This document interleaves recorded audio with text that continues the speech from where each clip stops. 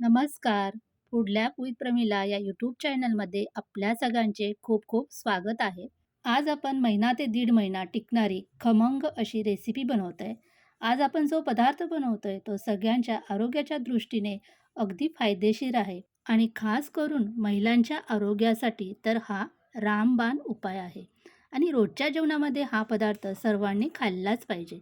तर यासाठी मी गॅसवरती एक पॅन ठेवला आहे गरम करायला आणि येथे मी एक वाटी जवस घेतले आहे. वजनी प्रमाणात हे 50 ग्रॅम आहे. आता हे जवस आपल्याला मंद आचेवरती तडतडेपर्यंत छान खरपूस भाजून घ्यायचे आहेत. कुठेही गॅसची फ्लेम मीडियम किंवा इथे मोठी करायची नाही. अगदी मंद आचेवर आपण हे भाजून घ्यायचे आहेत. म्हणजे छान असे खमंग भाजले जातात आणि जो पदार्थ आपण बनवणार आहोत तो पदार्थ छान खमंग तयार होतो. आणि हा पदार्थ 2 महिने आहे असा हवाबंद बरणीमध्ये किंवा डब्यामध्ये छान टिकतो. जी लोकं किंवा स्त्रिया नॉनव्हेज खात नाही त्यांच्यासाठी तर अत्यंत उपयुक्त आहे. कारण यामध्ये ओमेगा 3 फॅटी ॲसिड त्याचप्रमाणे अँटीऑक्सिडंट पण असतात. त्याचप्रमाणे जवसाच्या सेवनाने डायबिटीजसुद्धा कमी होण्यास मदत होते.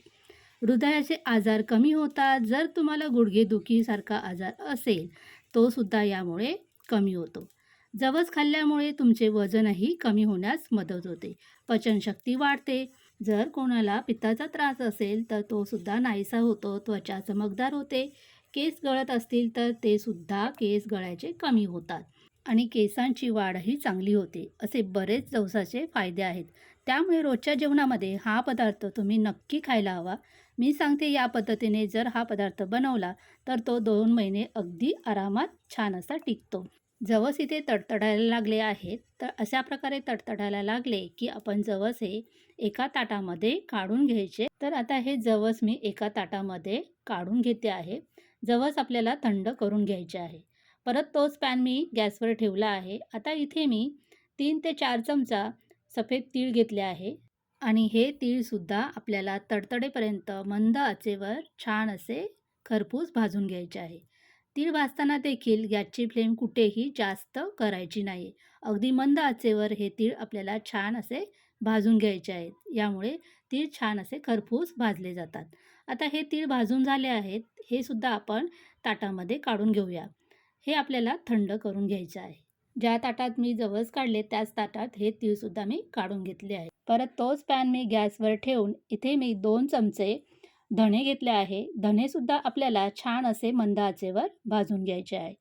धणे अगदी थोडेसे भाजले की त्यामध्ये आपल्याला 1 चमचा जिरे घ्यायचे आहे. जिरेसुद्धा यामध्ये आपल्याला भाजून घ्यायचे आहे. जिरे थोडेसे भाजले की यामध्ये आपल्याला काही कढीपत्त्याची पाने घालून घ्यायची आहे. इथे मी 10-12 कढीपत्त्याची पाने घालून घेतली आहे.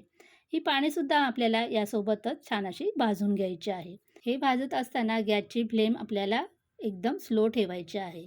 त्यासोबतच आता इथे मी 3 ते 4 चमचा सुकं खोबरं असं किसून घेतलं आहे. ते यामध्ये भाजून घ्यायचं आहे.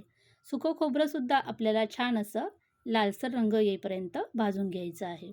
यामध्ये तुम्ही लसणाच्या पाकळ्या घातल्या तरी चालेल. पण इथे आत्ता मी लसणाच्या पाकळ्या नाही घातल्या आहेत, कारण की लसूण आता मी एवढ्यामध्ये खात नाही आहे म्हणून. तर तुम्हाला हवं असेल तर यामध्ये लसणाच्या पाकळ्यासुद्धा घालू शकता. आता हे सगळं भाजून झाल्यानंतर एखाद्या ताटामध्ये काढून घ्यायचं आहे. सगळं साहित्य आपल्याला छान असं थंड करून घ्यायचं आहे. थंड झाल्यानंतर आपल्याला एका मिक्सरच्या भांड्यामध्ये हे सगळं घालून घ्यायचं आहे. आज इथे आपण जवसाची चटणी बनवत आहे, तर त्यासाठीच आपल्याला मिक्सरच्या भांड्यामध्ये हे सगळं घालून घ्यायचं आहे. आता इथे बघा आपण जवस असेच खात नाही, कारण की आपल्याला ते फारसे आवडत नाही. पण अशा प्रकारे आपण चटणी बनवून ठेवली, तर ती जेवताना अगदी चमचाभर तरी खाल्ली ना, तरी ती आपल्या पोटात जाते. आता ही चटणी चवदार आणि झणझणीत होण्यासाठी यामध्ये चवीपुरतं मीठ घातलं आहे आणि 1 मोठा चमचा मी लाल तिखट घातला आहे. तिखट तुमच्या आवडीनुसार तुम्ही कमी जास्त इथे करू शकता. भांड्याचं झाकण लावून आपल्याला मिक्सर हा प्लस मोडवरती चालू बंद करून जाडसर अशी वाटून घ्यायची. अगदी बारीक वाटायची नाही आहे. जाडसर चटणी वाटली तर खाण्यासाठी अगदी छान लागते. तर इथे बघा चटणी आपली अशी वाटून झाली आहे. जाडसरच अशी वाटून घेतली आहे.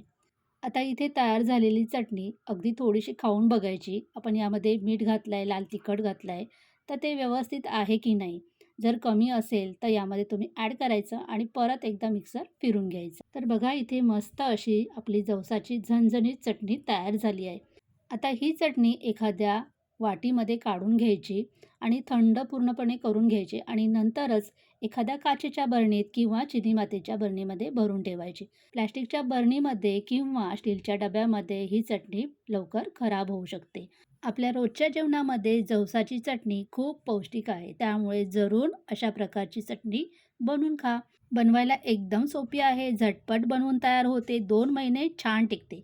आणि आजची रेसिपी जर तुम्हाला आवडली असेल तर जास्तीत जास्त शेअर करा, लाईक करा, कमेंट करायला विसरू नका. आणि छानशा रेसिपी पाहण्यासाठी माझ्या चॅनलला सबस्क्राईब करा.